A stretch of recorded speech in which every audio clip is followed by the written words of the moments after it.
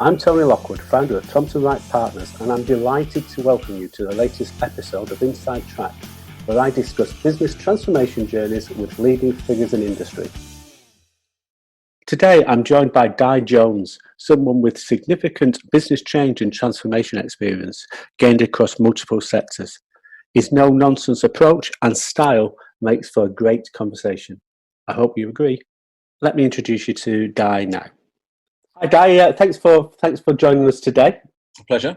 When we spoke yesterday, we were talking about how fortunate we were that we live outside major cities during this sort of COVID-19 lockdown. But how have you been coping? As you say, being out in the countryside, it makes things so much easier. Last night, the four of us, so we got two sort of teenage boys. My wife went outside and we did a whole load of sort of repetitions, exercises, press ups, all the rest of it. But to be able to do that, as a family in this sort of environment is so different to what some of the people are experiencing up in 1 or 2 bedroom flats in London. Yeah. We've got Able and Cole delivering vegetables and all the rest of it, milk being delivered. So actually, it's fairly easy. Younger son is sort of back. Started back at school yesterday. Oh wow! But not at school. He's doing it remotely over Teams, etc. Yeah. So he's working away. So actually, there are 3-4 of us all doing work in our different corners of the building. And luckily, we've got good enough broadband, so it's absolutely. Yeah, I was going to say completely reliant upon broadband there. Yes, absolutely, completely reliant on broadband. But it's difficult for them, isn't it? Because it's in a completely different environment. They haven't got their friends around them to control them and keep them going, keep them up. They've just got bloody parents getting in the way. That's right. Although I think from conversations I've been having with colleagues as well as clients, that challenge is evident everywhere. As people sort of start to become more accustomed to working from home, and being focused. But what I found is that a lot of them now are starting to systematically put in these little coffee breaks. Yeah.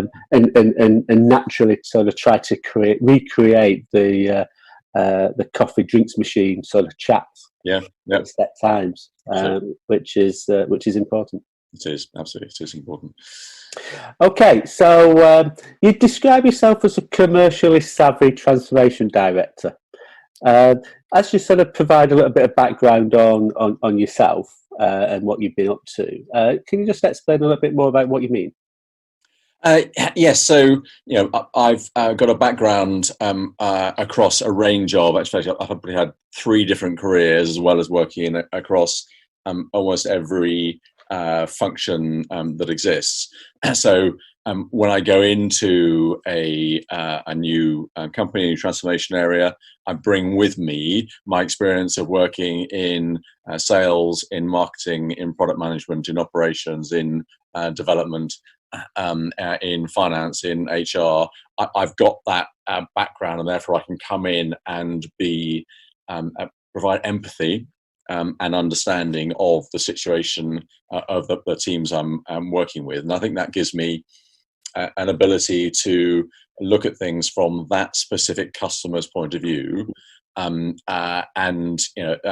main thing when it comes to transformation is the commercials, and understanding what are the benefits, what are the outcomes that you're trying to achieve. Yeah, we'll come back to that actually in a little while, but I think you're right, isn't it? It's about your ability to put yourself in their shoes and talk their language, and by having that background and experience, I'm assuming that's giving you a lot of initial credibility with them that you can then build upon. Agree. Platform. Absolutely, I agree, and I think it's on top of that. It's having a background of working in a number of different industries as well. So I've worked across the technology, media, telecoms area, which was where probably my second career was, but then more recently into financial services, public sector, business services, and most latterly into the retail sector. So I've got a range of different sector backgrounds as well. And from a role point of view, that to me makes less difference what actual role I'm in. I've worked as a business unit MD, I've worked as a program director, I've worked as a transformation lead, I've worked as an agile product owner. Yes. It's all about getting into the business, designing the change that they need for their situation, and then rolling the sleeves up and delivering it. It's quite interesting that you're saying that you've worked across sectors, and so have I. And I deliberately made that decision to operate across different sectors, because fundamentally what we do at driving projects and programs and transformations is the same. Yep. The same process that we go through. So my variation, I've always found, comes from working in a different sector and learning that language in the approach, etc. But what I found also is that a lot of sectors and organisations prefer people to have been in that organisation or that sector years and years and years. What's your feeling about that, and what do you think you add by coming from a different sector into a new sector? So I agree. I think that the one area, particular sector that seems to be to value most and almost have as a requirement to have worked in that sector for a long period is financial services. And there is some rationale, I think, for that, particularly from a regulatory and compliance point of view. There are particular differences about that sector, but I would be concerned if they were recruiting me for my financial services compliance expertise. They're putting me in the wrong role at that point. Yeah. And a lot of financial services companies seem to say, if you haven't worked in financial services, the next best sector is telecoms, because it's been very fast paced over the last sort of 20 plus years. It's probably kind of more of a utility now. Although we've still got obviously 5G, M2M, and a large number of changes coming through. So it seems to be about the pace of change that they have concerns over, as well as the pure regulatory side of things. But for me, the value that I can bring into a new situation is not the same as everyone else in the company. They've got people in the company who are from the public sector, that are from business services or whatever it is. It's coming in with a different angle and different experience from different sectors and different companies, to me, is where the value that I can bring, as well as having done the type of transformation or change that they're looking for multiple times before. No, I agree. And it's that challenge, I think, that you can bring to the preconceived ideas. Because if they've been in the organisation for a long time, or in the sector for a long time, having that external view, I find that you can get to the real core issue very, very quickly, because you've got the excuse of being able to ask what I call all the numpty questions, just the base level questions that sort of cut through right to that core very, very quickly. No, I completely agree. So my most recent, until just after the shutdown started, I was working in Costa Coffee, who were acquired by Coke, Coca-Cola Corporation. Oh, I didn't realise that. Yeah, they were Whitbread, weren't they? They were Whitbread, absolutely. So it was about November timeframe that the sale took place, and as a result of that, they wanted to change all their finance systems. It's obviously a fairly big undertaking, and kicked off a program for that, and it wasn't going well. But to your point, I think the value that I was able to bring was a fresh pair of eyes coming in who could stand back from the day-to-day pressures to help to see the team to see the wood from the trees, and to have clarity on the decision making, and to focus on those really critical decisions that help them to recover the program. Day to day, it's so easy to focus on the urgent rather than the important, and not to stand back and think, okay, what are the three things we need to solve in this program? Absolutely. And you've worked across, as I said, multiple sectors, but equally you've worked across different types of programs, from sort of post-merger integration, shared services, transformation within shared services. You've done the program reviews and turnarounds and general program delivery. Which of those have you enjoyed the most, and why? I think the one that I enjoy the most is probably post-merger integration. I'll probably come back to it later on, but I think Kotter's 8 steps of change are vital, and as I'm sure you know, that one of the the key ones is having a compelling vision. Yeah. And when you're in a merger situation, it's fundamental to the corporation you're talking about, either through merger or acquisition. They've just paid a whole lot of money for this business unit, this other company, and they want it to work. They want to integrate it into their business, and therefore it's front and center to their strategy. So you've got the buy-in there to start with. But then I think on top of that, there are a whole load of complexities about bringing two organizations together, whether it be the product side or the operations side or the IT or the culture. There are just so many different aspects to it that it for me, I enjoy that complexity and getting to grips with, find the right way forward that works for both parties through a merger. For me, I'm sure you're aware there's been lots of studies. Booz Allen did one around mergers, saying that only a sixth of mergers actually increase shareholder value. Yeah. And over 50% of them underperform industry peers as a result of or after a merger or an acquisition. So for me, there's a real need to get in and kick off a post-merger integration very quickly, because that's when the value starts to seep away. If you leave it for even a few days, then your star performers within the company will start thinking, well, actually, I'm not quite sure what's going to happen here. I'm going to disappear. I'm going to start to speak to my network, see what's going on. Customers will do the same. Yeah. Will the product that I want still be there in the future? I'll start speaking to some other vendors. And they then start drifting and the value starts disappearing. So you've got to get in there and implement or initiate the implementation really very quickly. I agree. And I think that also brings in the sort of, I think it was McKinsey's that did the study a good few years ago now around sort of 70% of all change programs fail to deliver the core benefit case. And it ties into that absolutely, because fundamentally when you merge or acquire or go through an acquisition, it's a change program. It's as you said, touching every part of both businesses. Yep. And if you don't have the fundamental aspects in place and the structured approach in place, they will fail. That integration and that program will fail. Absolutely, and that's I think one of the pieces that excuse me, the industry, particularly around M&A, doesn't always grasp is that because there is a need to move quickly, you've actually got to start the planning early. Yeah.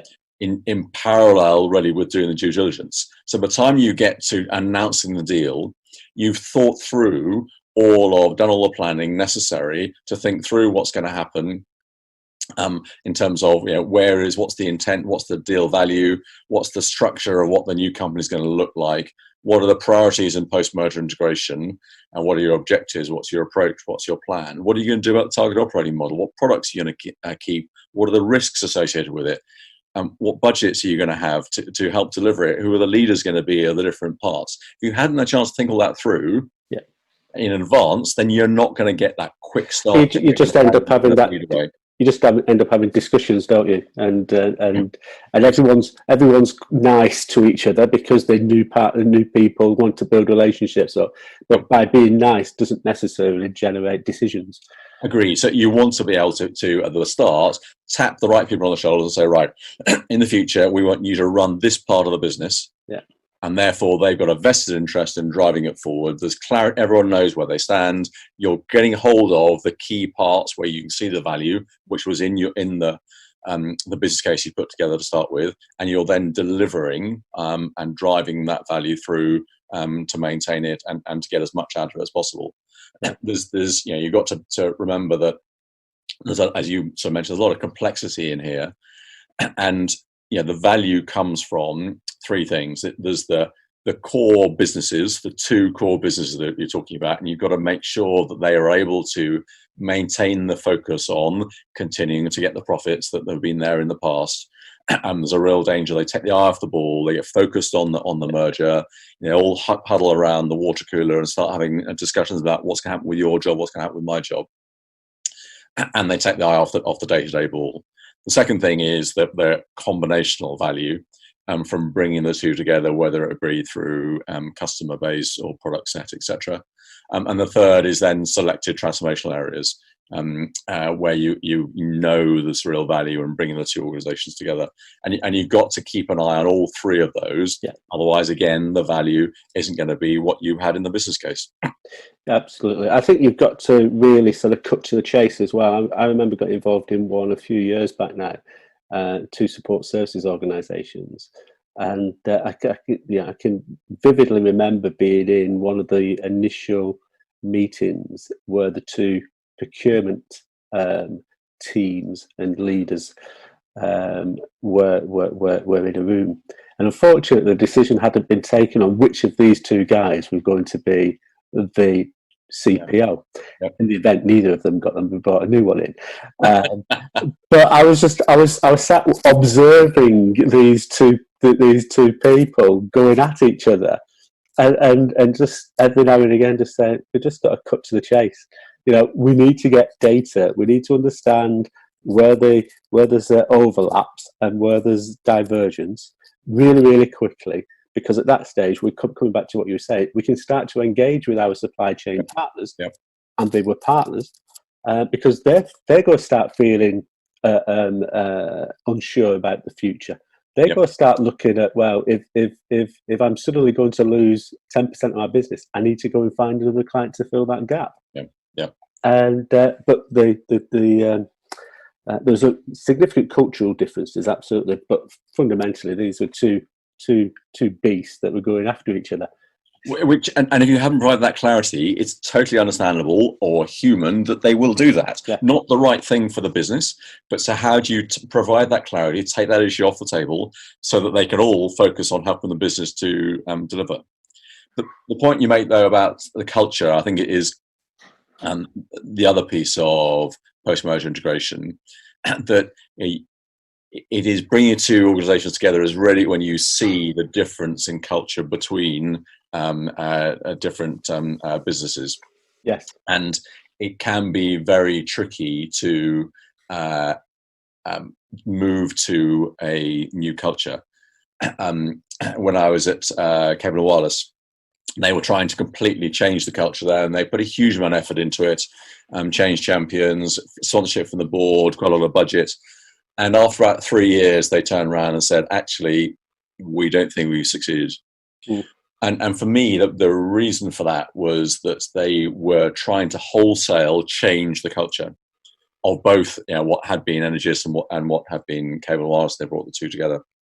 And I think that's just too ambitious. You've got to pick off what the key pieces are, and then to put the right support in place to enable that cultural change.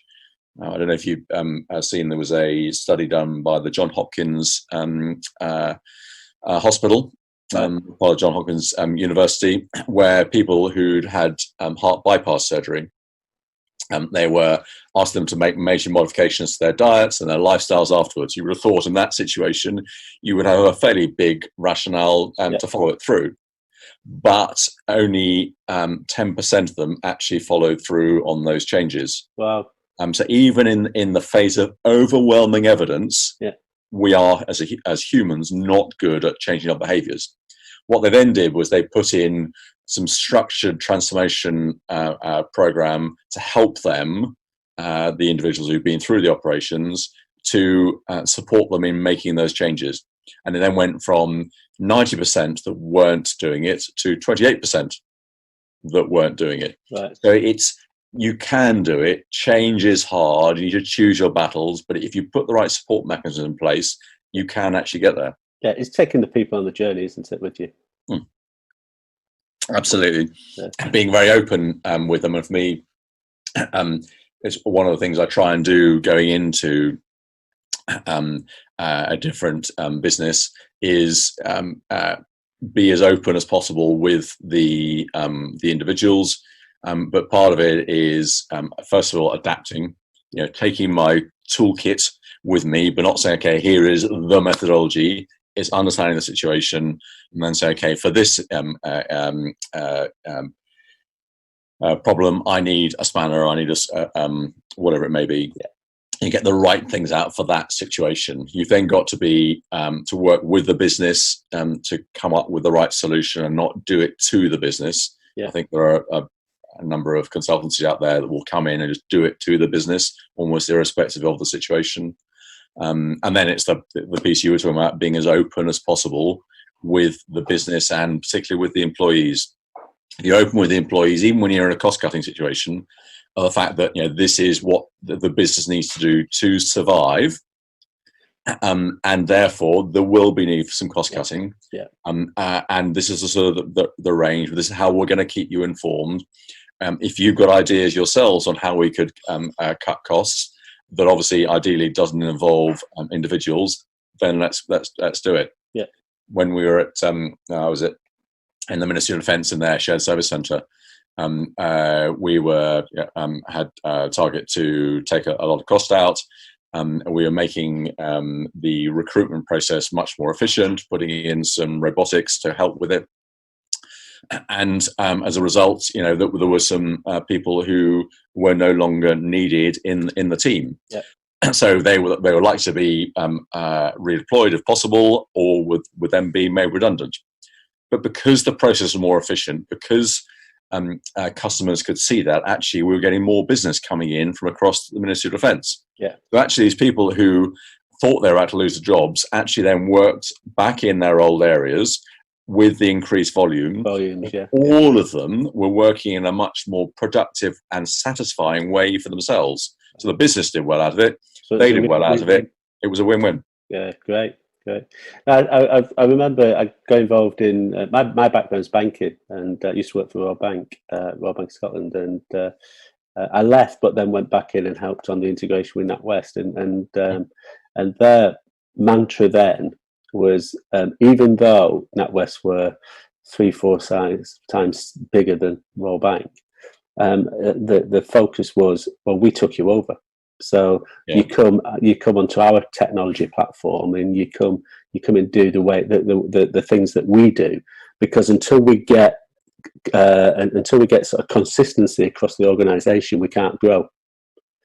And that was clear from day one. Yep. There was lots and lots of heartache from the NatWest guys, but actually, if you look back and review what the external advisors were saying about the success of that integration, it's been one of the most successful integrations ever. Yeah. of two banks, but two organisations in any sector. And I think by having an absolute clarity, I think that clarity is really important. For me, there's a danger or there's a risk associated with being very clear of this is a takeover. We are going to use all of the Royal Bank systems, etc., because the NatWest people then get slightly fed up, they're demotivated, they're not engaged. If you can do it as a merger, even if it has been an acquisition, if it can come across as a merger, so both sides are slightly dissatisfied, and you are choosing the right IT, the right culture for the business moving forward, then I think that can be really powerful, because it means that all parties are engaged and have a rationale and a stake in the new business. Absolutely. So we know that change is constant, and in terms of what's happening right now, change will absolutely be a certainty moving forward. Organisations really will need to review how they're going to operate in the future, in the new normality, whatever that looks like. But from a transformation perspective, from your experience, what do they need to start looking to sort of make sure that they're establishing the right conditions in the first place, number one, and two, sort of trying to maintain that momentum as they go through that transformation in due course? So I think it's particularly apt with the COVID-19 around at the moment, and coming out of COVID-19, I think there's going to be a period of transition as we start coming out of some of the lockdown And then we will all start to understand how society has changed. There's lots to talk about. It's going to be a fundamental change. But actually, a lot of people then are saying, in contrast, we'll all just go back to our own ways. We'll be traveling internationally as much as we have been in the past. And I suspect the truth is somewhere between those two. Yeah. But for those companies that can understand that environment they're working in, how the regulatory situation, how the customer tastes and expectations are changing most quickly, and can adapt to it and take advantage of it, I think those are the ones that will do the best out of it. Well, I was talking to an organisation a couple of weeks ago, operations director of a relatively small organisation, but they'd completely changed their delivery model. And they did it a couple of weeks before the lockdown came in, because they saw what was happening, and they knew that if they didn't change, their business would have literally gone over the cliff, because they wouldn't have had any revenue. So they changed it into be able to allow them to deliver services remotely, and within that first period of time, they were able to save £250,000 per month. But more importantly, they grew the business at the revenue level, because clients were quite happy for people to work remotely. So they brought new clients in. That organisation is never going to go back to the old way of working. But there's a whole series of changes that they'll need to do to ensure that can continue. Sorry, I interrupted. No. So, and each sector and business will be different. You know, there are some that are really not very affected by this. You look at some of the banks. So Deutsche Bank, for example, on the investment side of things, you know, very little change. Okay, they're working from home, but their products, etc., really haven't been changed very much. Costa Coffee, where I was, fundamental change. Their business has closed down. Yeah, you know, they've got no revenue coming in at all. You know, it's about survival. It's about cash flow, getting everyone onto furlough, etc. And there will be everything in between those sort of two extremes. For me, it's how do companies enable themselves to make dynamic or make quick decisions in this dynamic environment. It will continue to change. There'll probably maybe there'll be more lockdowns coming back in the future, and it'll be different in different markets. They're going to need to be very fleet of foot. They need to have the right decision making and governance in place to enable them to say, okay, from our previous strategy, how's it changed now, and on what basis? When will we need to make decisions on different things? What are our decision points? Will we need to go and look at our operating model? Will we need to think about our costs and optimization? I think you mentioned that earlier on. Then we think about what products we take to market and how we take them to market. There are a whole load of things that could well come through, including as the competition goes bust, how do they support those competitors' customers, and you know, perhaps acquire the company or move into the product space that competitor was working in. And it's I don't think it's clear what the transformation need is going to be, other than there's going to be a need for a lot of change to enable companies to survive through any potential sort of downturn and to thrive in the new environment. I think very much in the next few weeks and months, it's about that. Excuse me. It's about that scenario planning, isn't it? It's about looking at, well, if this happens, what now? If that happens, what do we do? How do we adapt to this? And what are our options around X, Y, Z? And all of that sort of scenario planning needs to be undertaken, I think. Yeah, I totally agree. And you need to be able to make decisions on limited information, because you won't have the perfect set of data. You need to be good enough to say, okay, we're going to make a bet, we're going to go this way, and off we go. There'll be some things you can probably make decisions on that are so no regrets. They are the right thing to do in every scenario. But others where you'll just need to place your bets and say, okay, we are going to go this way. And I think there is some real planning that can be done. I mentioned about the mergers and acquisitions as Yes. companies struggle through the economic impacts. I think that's where companies that they are going to go out on the merger or the acquisition trail need to start doing their planning well up front. Despite all the lockdown and the difficulties around doing your due diligence and looking in the whites of the eyes of the companies that you may be your targets. But I think you can get on with a lot of that despite the environment, and to do your planning as we've been talking about. And then I think from a shared services point of view, there have been some well-publicised examples where companies that had offshored a lot of their shared services to India had really struggled because the access to broadband at home there isn't as good. Plus all the supply chain issues that have been coming up and having a single supply chain.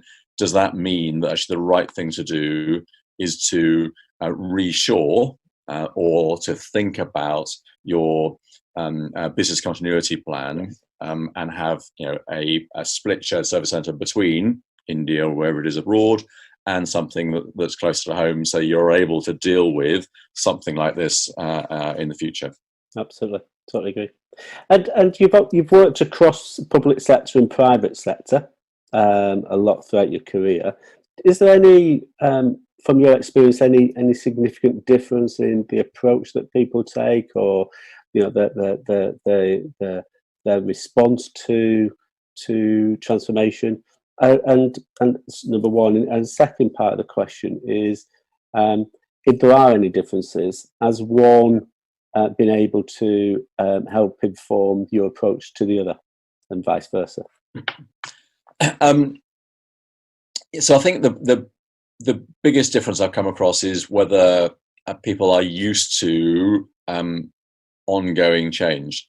So civil servants, when I went into the Ministry of Defence, they hadn't had much change, and they saw it was a management overlay joint venture between Serco and Accenture.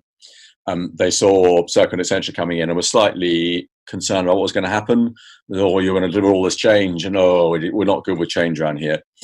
Actually, at the end of 4 years, they said, this has been great. We've learned so much. We're in a much better situation. The example I gave earlier in terms of recruitment was in that situation. They were all doing more satisfying, or a lot of them were doing more satisfying jobs, and they could see the value for the business from change, and they could see the value and the learnings that they got themselves through going through the change, and were actually embracing and wanted more change because they could see that it was interesting. They could learn from it in terms of their own skills and experience, etc.